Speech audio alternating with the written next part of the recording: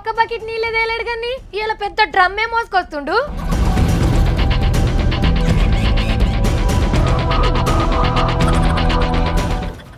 ఎవరిని నేనెవరిని ఎవరిని ఎవరిని నాకు మతికే వస్తలేరు. నీ పేరు నువ్వే యాద్ మరిచినవా? ఏమైందిరా నీకు? ఏమో ఏతులు కొడుతున్నావు? నేను ఎవరిని ఎండకు తిరిగి తిరిగి పేరే యారు మార్చిన నేను. మతికొచ్చింది, నేను పెద్దపల్లి సత్తినే. అయినా నిన్నెవరు తెమ్మన్నారా? ఏమో బిందె బకెట్ లేనట్టు పెద్ద డ్రమ్ ఎత్తుకొచ్చినావు. తేగు ఒడిపడుతుందిరా ఆయన. ఉడుకులేని సల్లటి నెత్తురు మీద ఒట్టేసి చెప్తున్నా, జై మహిష్మతి. కావాలంటే ఇంకా 2 డ్రమ్ములు తెచ్చి మీ దూఫర్ ఇరుస్తా. ఈ తెలంగాణ సామ్రాజ్యంలో నీళ్ళ తిప్పలు లేకుండా చూడరా, నీకు పుణ్యం ఉంటది. ఫైరంగా చూడాల్సిన నా యొక్క కళ్ళు నన్ను దిక్కుమాలను లెక్క చూస్తున్నాయి. అవే కళ్ళు డ్రమ్ము నీళ్లు తెచ్చినాక నన్ను దేవుని లెక్క చూస్తున్నాయి. ఆ ప్రేమ డ్రమ్ము నీళ్ళరా? ఎండాకాలం అని పోరానికి నా వారెద్దు. అయినా కానీ నేను గంత పెద్ద డ్రమ్ ఎవరు తెమ్మన్నారా? ఓ సోదరి సాఫీ ట్రక్క, ట్యాంకర్ వచ్చినప్పుడు నీళ్ళ కాడ కొట్లాట అయితే నీ సౌరం ఉంటుందా? ఊసిపోతారి.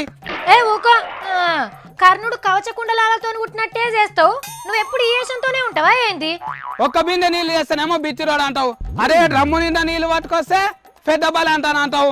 గుట్టల మీదకెళ్ళి నీళ్లు దుంకుతాయి చూడు, ఆడ పట్టుకొచ్చిన ఈ నీళ్లు. నా కర్రె గుర్రం ఎక్కడ పోయినరా? కుక్కలు మరుగుతే ఉరికి నాయందరి ఇడున్నది కుక్క. అరే పనిగల్ల బంటుకి తిరుగు రోగం అన్నట్టున్నదిరా నీ కథ. నా మాగిష్మతి రాజ్యంలో ఎవ్వరికి మతి మార్పు లేకుండా చేస్తా. ఊకే నా ఫర్బాస్ అన్న నేనెవరిని అంటారు. ఇక చూడు సత్తి, నువ్వు ఇంకా అదే వేషంలో ఉన్నావంటే బల్లాల దేవుని పంపిస్తా, అప్పుడు నీ తిక్క కుదురుతుంది. ఏం కాదు, నా తాన షాకు కూడా ఉన్నది పెద్దది, కుత్తుతారు గారి. అది కాదు కానీ సత్తి, అసలు కట్టప్ప పెద్ద ప్రభాస్ ఎందుకు చంపిండంటావు? అక్క ఆ ఎల్లనేమో ఆయితారం ఉంటది, మళ్ళా కట్టప్పనేమో కోడి చికెన్ వేసుకొని బువ్వ తింటుంటాడు. ఆయనతో కుక్క మురక చూసి ఉరికొస్తాడు అన్నట్టు. అప్పుడే కట్టప్ప తీసుకొని ఎలా అంట అని కత్తి తీసుకొని ఎంబడి పడతాడు. అప్పుడే చీకట్ల పెద్ద బర్బా సాధం వస్తాడు. ఆయనతో పోయి కత్తి కడుపు గుచ్చుకుంటారు. ఇక వామ్మో సత్తిగా నువ్వు చెప్పిన కథ రాజమౌళి సార్ విన్నాడంటే మనతానికి వస్తారా? ఒక్క రాజమౌళి సార్ కళ్ళు దుఃఖనం పెట్టిండు.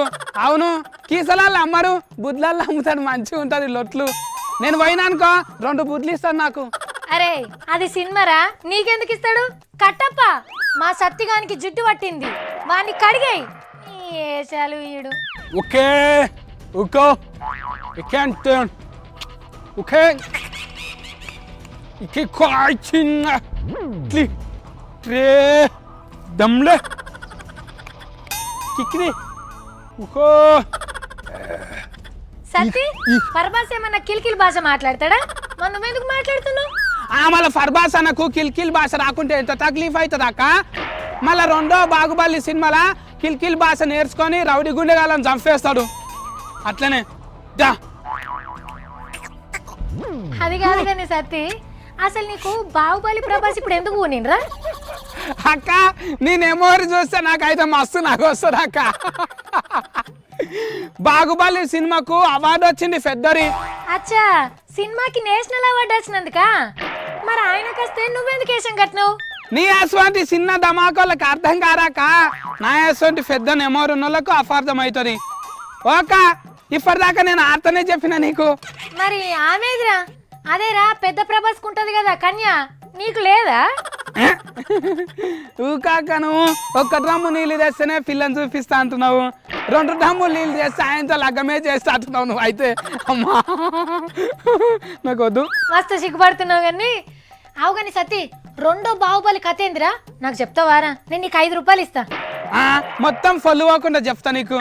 ఏంటిదో రాజమౌళి సార్ 2-3 ఏళ్ళ దినాలు కష్టపడి సినిమా తీస్తే 5 రూపాయలకే చెప్పాలనా నీకు? రాజమౌళి సార్ పడ్డ కష్టానికి నేషనల్ అవార్డు వచ్చింది ఇలా బాహుబలికి. ఆ కథ చెప్పేందుకు మా సత్తిగాడు గిన్ని అనే వేషాలు వేసిండు. ఆడంతేగాని మన వార్తలు చూద్దాం. షాకిల్లోనే పెట్టుకున్నా డ్రమ్ములా. నేను ఎవరిని